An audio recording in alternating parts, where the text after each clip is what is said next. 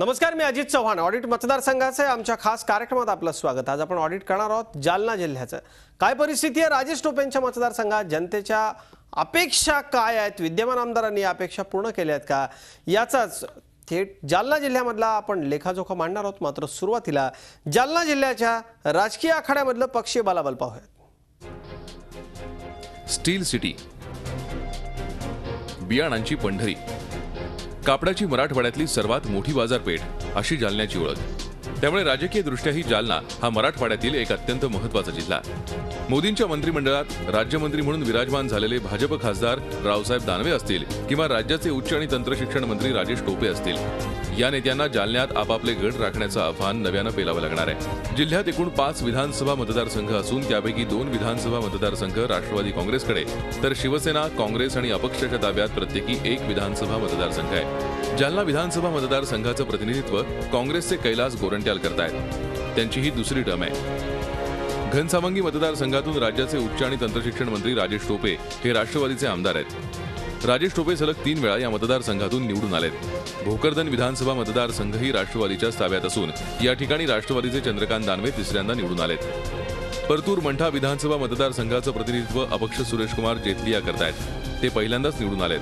तर बदनापूर मतदारसंघ शिवसेनेच्या ताब्यात असून या ठिकाणी शिवसेनेचे संतोष सामंत पालटून एकेकाला आमदार बनवणारा मतदारसंघ म्हणून जालना विधानसभा मतदारसंघाची ख्याती आहे. गेल्या 25 वर्षांपासून या मतदारसंघात एकदा शिवसेना आणि एकदा काँग्रेसचा आमदार निवडून येण्याची जणू काही प्रथाच पडली आहे. त्यामुळे या मतदारसंघातून यंदा कोण बाजी मारणार हा औत्सुक्याचा विषय आहे.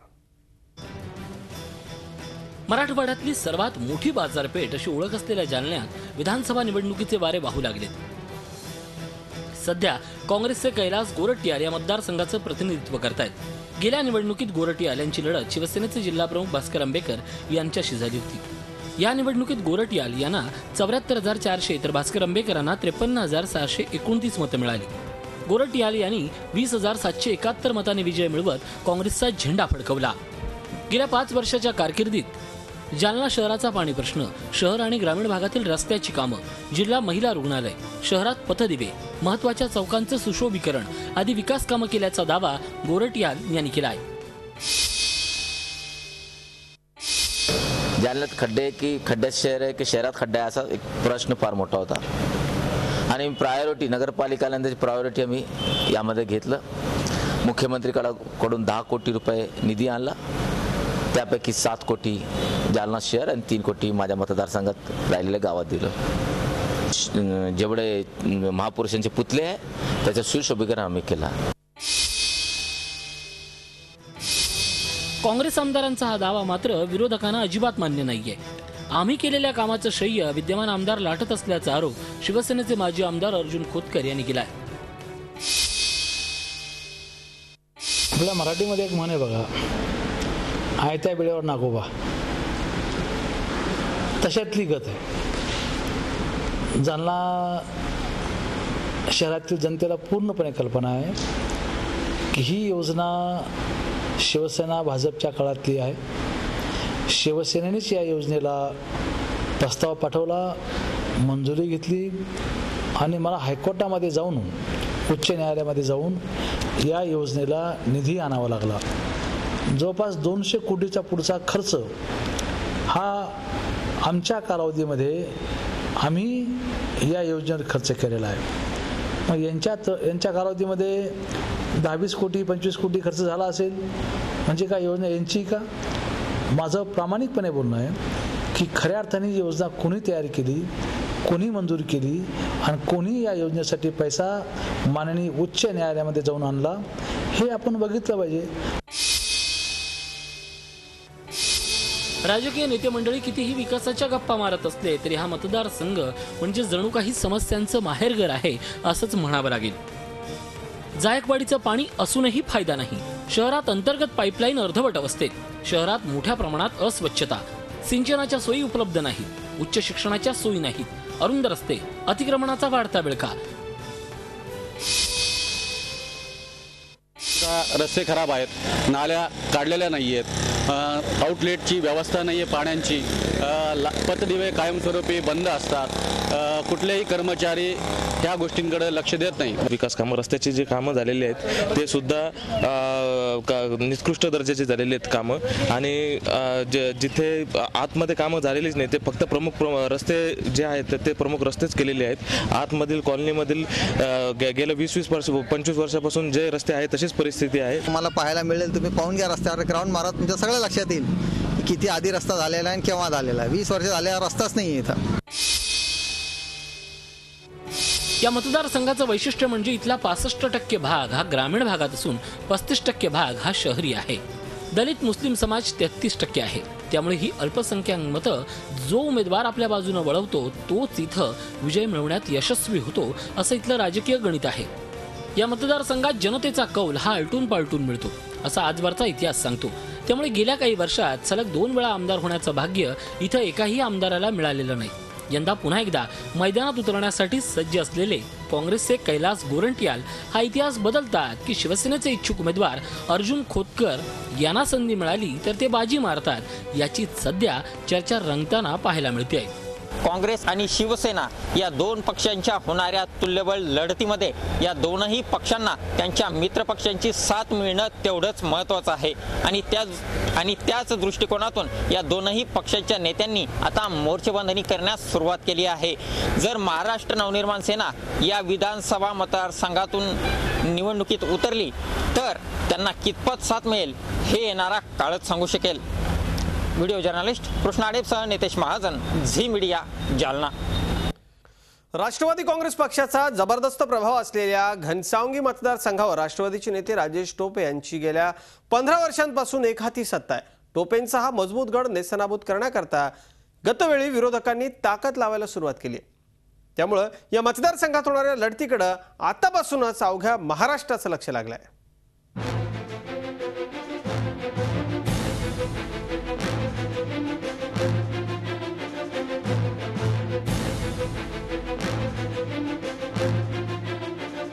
जालना जिल्ह्यातल्या 5 विधानसभा मतदारसंघांपैकी सगळ्यात महत्त्वाचा मतदारसंघ म्हणून घनसावंगी मतदारसंघाकडे पाहिलं जातं.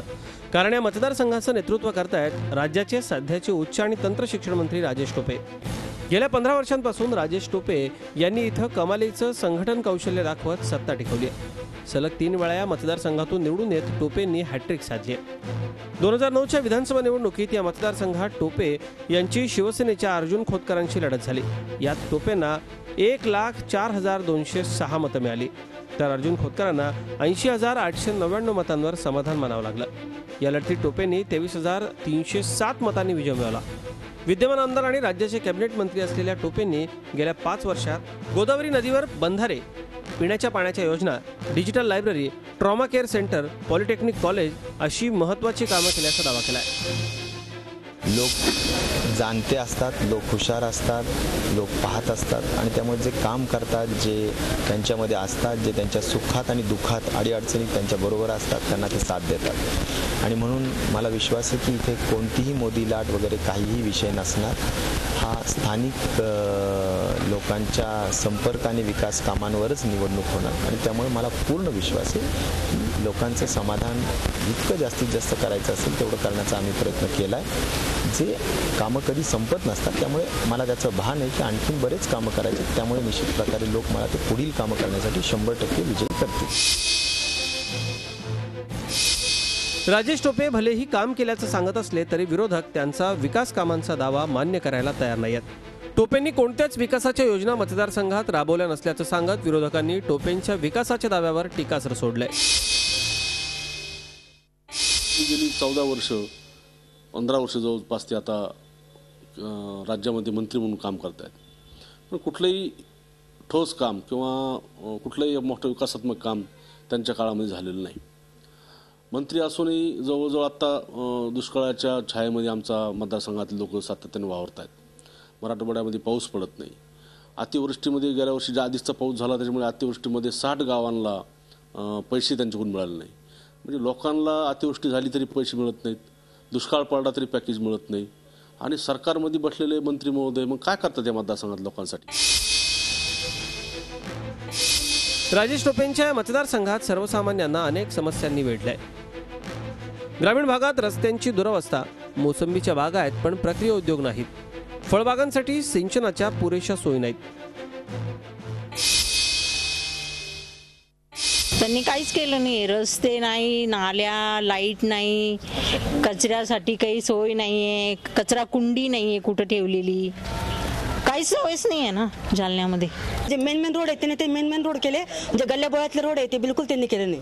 कारण लेडीजला फार त्रास होतो. आम्हाला इतका त्रास होतो की मुलं शटर करतात, मुलींची, जेंट्स दारू पिऊन धिंगाणा करतात, त्याच्याकडे पण लक्ष नाही आहे कुणाचं, काहीच नाही. त्याच्यामुळं आम्ही बिलकुल खुश नाही. सध्या या मतदारसंघातून राष्ट्रवादीकडून राजेश टोपे, शिवसेनेकडून माजी आमदार शिवाजी चोथे, मनसेकडून सुनील आरदड हे इच्छुक उमेदवार आहेत. सध्या परिस्थितीत मनसेचा फारसा जोर इथं दिसत नाही. त्यामुळे राजेश टोपे विरुद्ध शिवाजी चोथे अशी लढाई रंगण्याची चिन्ह दिसू लागली आहेत. मागील 3 निवडणुकांपासून टोपे यांच्याकडे हा मतदारसंघ असून सध्या शिवसेनेच्या उमेदवारीसाठी चोथे प्रमुख दावेदार आहेत. एकूणच 3 वेळा बाजी मारल्यानं राजेश टोपेंचा आत्मविश्वास चांगलाच जुळवलाय. मात्र चौथ्यांदा विजयश्री मिळवायची असेल तर जनतेतली नाराजी दूर करण्याचं आव्हान त्यांच्या पुढे आहे. घनसावंगी मतदारसंघामध्ये मंत्रिपदाच्या माध्यमातून टोपेंनी केलेल्या विकास कामाच्या जोरावर आज घडीला राष्ट्रवादी काँग्रेसची परिणामी टोपे यांची बाजू घट्ट ठेवण्यासाठी शिवसेना पूर्णतः कामाला लागली आहे. याशिवाय महाराष्ट्र नवनिर्माण सेना सुद्धा या मतदारसंघामधून आपलं नशीब आजमावणार आहे. त्यामुळे तिरंगी होणाऱ्या या लढतीत नक्की कोण बाजी मारणार हे येणारा काळच सांगू शकेल. व्हिडिओ जर्नलिस्ट कृष्णा आडेपसह मी नितेश महाजन, झी मीडिया, घनसावंगी. केंद्रीय राज्यमंत्र्यांचा बालेकिल्ला अशी ओळख झालेल्या भोकरदन विधानसभा मतदारसंघात गेल्या 12 वर्षांपासून मात्र राष्ट्रवादीची सत्ता आहे. दानवेंनी खासदारकी जिंकली असली तरी त्यांच्या पत्नी निर्मला दानवेंना मात्र राष्ट्रवादीच्या चंद्रकांत दानवेंकडून पराभव स्वीकारावा लागलाय. यंदा खासदार दानवेंचे पुत्र संतोष दानवे निवडणुकीच्या मैदानात उतरण्याची चिन्ह दिसत आहेत. जालना जिल्ह्यातील 5 विधानसभा मतदारसंघात होणाऱ्या निवडणुकीत घनसावंगीनंतर भोकरदनमध्ये होणाऱ्या राजकीय लढतींकडे सर्वांचं लक्ष असणार आहे. लोकसभा निवडणुकीत चौथ्यांदा विजयी होऊन मोदींच्या मंत्रिमंडळात अन्न आणि नागरी पुरवठा राज्यमंत्रीपदी विराजमान झालेले रावसाहेब दानवे यांचा हा बालेकिल्ला मानला जातो. पण दानवेंच्या या बालेकिल्ल्यात गेल्या 12 वर्षांपासून राष्ट्रवादीचे चंद्रकांत दानवे यांनी आपलं वर्चस्व कायम राखलंय. गेल्या निवडणुकीत चंद्रकांत दानवेंची टक्कर खासदार दानवेंच्या पत्नी निर्मला दानवे यांच्याशी झाली. या लढतीत निर्मला दानवेंना 65,841 तर चंद्रकांत दानवेंना 67,480 मतं मिळाली. या अटीतटीच्या लढतीत राष्ट्रवादीचे चंद्रकांत दानवे अगदी काठावर म्हणजे 1,639 मतांनी निवडून आले. भोकरदन विधानसभा मतदारसंघात अनेक प्रकारची विकास कामं केल्याचा दावा चंद्रकांत दानवेंनी केलाय. सिंचनाची कामं, 220 kV वीज केंद्र, रस्ते दुरुस्ती, दलित समाजाला महामंडळाकडून विविध योजनांचा लाभ अशी विविध विकास कामं केल्याचा दावा आमदार चंद्रकांत दानवेंनी केलाय. तालुक्यातल्या बाधित जनतेने मला संधी दिल्याच्या नंतर मी या पंचवार्षिकमध्ये खरोखर सोनेरी अक्षरानं लिहिण्यासारखे असे 5 कामं या मतदारसंघात मी केलेले. एक महत्त्वाचं काम म्हणजे राज्यामध्ये आणि या जिल्ह्यामध्ये 220 kV हा जिल्ह्यात नाही झाला. पहिला प्रथम मी इथं त्याला मंजूर करून घेण्यामध्ये मला त्यामध्ये मोठं यश आलेलं आहे आणि आज तो कार्यान्वित मी अजितदादा पवार साहेबांच्या हस्ते चालू केलेला आहे. जिल्ह्याचे पालकमंत्री राजेश टोपे साहेब बोलून त्याचं उद्घाटन हे जंगी आम्ही केलेलं आहे. विरोधकांनी मात्र चंद्रकांत दानवेंचा हा दावा खोडून काढलाय. भाजप खासदार रावसाहेब दानवेंचे पुत्र संतोष दानवे यावेळी चंद्रकांत दानवेंच्या विरोधात मैदानात उतरण्याची शक्यता आहे. भाजपच्या फिलगुडचा फायदा उठवण्याची त्यांनी मोहीम आखली आहे. त्यामुळे अर्थातच राष्ट्रवादीच्या चंद्रकांत दानवेंच्या विकास कामांवर त्यांनी प्रश्नचिन्ह निर्माण केलंय. काँग्रेस राष्ट्रवादीचं सरकार आहे आणि 12 वर्षात जरा तुम्ही बघितलं, या तालुक्यातल्या जनतेला जरा विचारलं तर त्यांची दिशाभूल करण्याचं काम आमदार चंद्रकांत दानवेंनी गेल्या 12 वर्षामध्ये केलेलं आहे. कुठल्या स्वरूपाचे विकास कामं सरकारला भांडून आणण्याचं काम यांनी केलं नाही.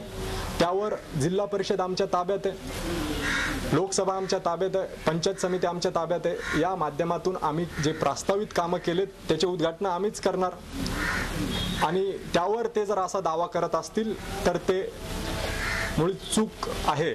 आणि म्हणून या तालुक्यामध्ये गेल्या अनेक वर्षांपासून विविध विकास कामं आम्ही केलेत, करत आलेलो आहोत आणि यानंतरही करणार आहोत. भोकरदन विधानसभा मतदारसंघात सत्ताधारी आणि विरोधक यांच्याकडून दावे प्रतिदावे केले जात असले तरी या मतदारसंघात काही प्रश्न अद्यापही कायम आहेत. ग्रामीण भागातील रस्ते विकास, जलसिंचनाच्या सुविधा, भोकरदन राजूर रस्त्याचं दुपदरीकरण, मका सोयाबीन पिकांवर प्रक्रिया उद्योग, तालुक्याच्या ठिकाणी असलेल्या ग्रामपंचायतींचं पालिकेत रूपांतर करणं या प्रमुख समस्या अद्यापही कायम आहेत. त्यामुळे नागरिकांकडून नाराजी व्यक्त करण्यात येते. या 5 वर्षात त्यांनी बिलकुल काही कामं केलेली नाही. रोड नाही, नाली नाही, लाईट ताकद नाही. आमच्या कॉलनीत खांबावर लाईट नाही. काय एवढं कशाला आम्ही स्वतःच्या पैशांना आम्ही नळ फिटिंग केलेली आहे. स्वतः पैसे आम्ही 5-5 हजार भरलेले आहे आणि आम्हाला टॅक्स 2700 रुपये टॅक्स आलेला आहे. तरी आम्ही आमदाराशी समाधान नाही. कधी 8 दिवस असं पाणी येतं आम्हाला. भागतं का त्यामध्ये घरातलं? भागत नाही, पण इलाज काय करणार त्याला? जेवढं तेव्हा समाधान मानतो आम्ही, मग त्याला काय करणार? आगामी विधानसभा निवडणुकीत भोकरदन विधानसभा मतदारसंघातून राष्ट्रवादीकडून चंद्रकांत दानवे हे पुन्हा एकदा निवडणुकीच्या रिंगणात असण्याची शक्यता आहे. तर त्यांना भाजपकडून संतोष दानवे आव्हान देण्याच्या तयारीत आहेत. त्यामुळे गेल्या वेळेप्रमाणेच यावेळीही सामना रंगतदार आणि तितकाच अटीतटीचा असेल असं राजकीय विश्लेषकांना वाटतं. राष्ट्रवादीच्या चंद्रकांत दानवेंच्या गाठीशी अनुभवाची शिदोरी आहे, तर रावसाहेब दानवेंचे सुपुत्र संतोष दानवे त्या मानानं नौखे उमेदवार आहेत. त्यामुळे मोदी मंत्रिमंडळात स्थान मिळवलेल्या रावसाहेब दानवेंना ही लढत जिंकण्याचं शिवधनुष्य पेलावं लागणार आहे. Nitesh Mahajan, Zee media, Bhokardan, Jalna.